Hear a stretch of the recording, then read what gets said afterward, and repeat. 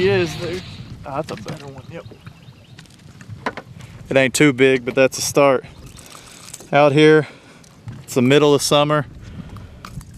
It's August, it's hot, and that's when the fish get out off the bank, man.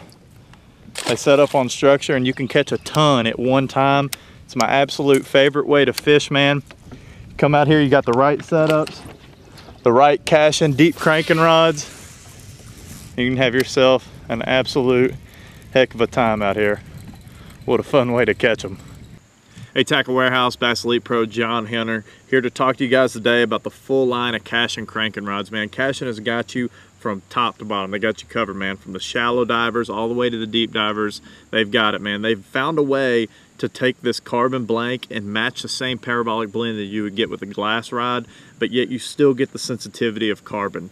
Carbon fiber grips, micro guides, it all plays into the light sensitivity feel that you get with this rod when you're out there cranking. You know, sensitivity, some people don't think it's super important when you're cranking. They think it's more important when you're out there dragging a worm or a jig, but it is important.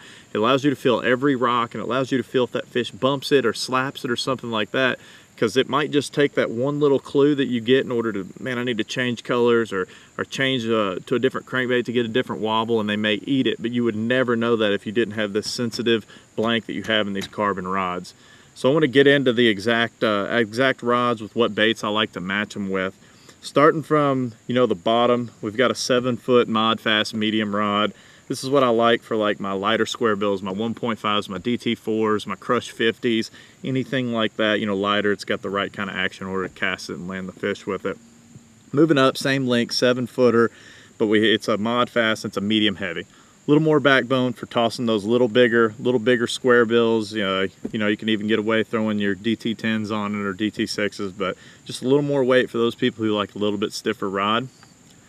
Next up is a Mod Fast 7.3 medium heavy rod. This is for your medium depth divers, you know, your DT10s, DT14s, your MDs, any kind of medium depth in that range from like 8 to 15 foot. That way, you know, around a 1/2 ounce to, you know, 3/4 of an ounce. That's a perfect rod for it. You know, I really love it for, you know, wiggle warts, anything of that nature.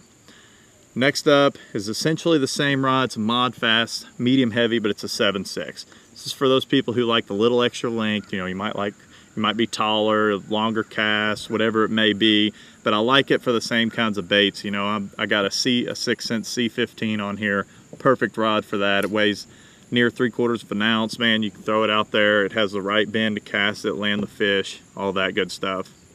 Next up is the 7.6 Mod Fast medium heavy. It's a DD rod. It's a little beefier blank, man, for casting those big crankbaits. You know, your 6XDs, your 8XDs, C20, C25s.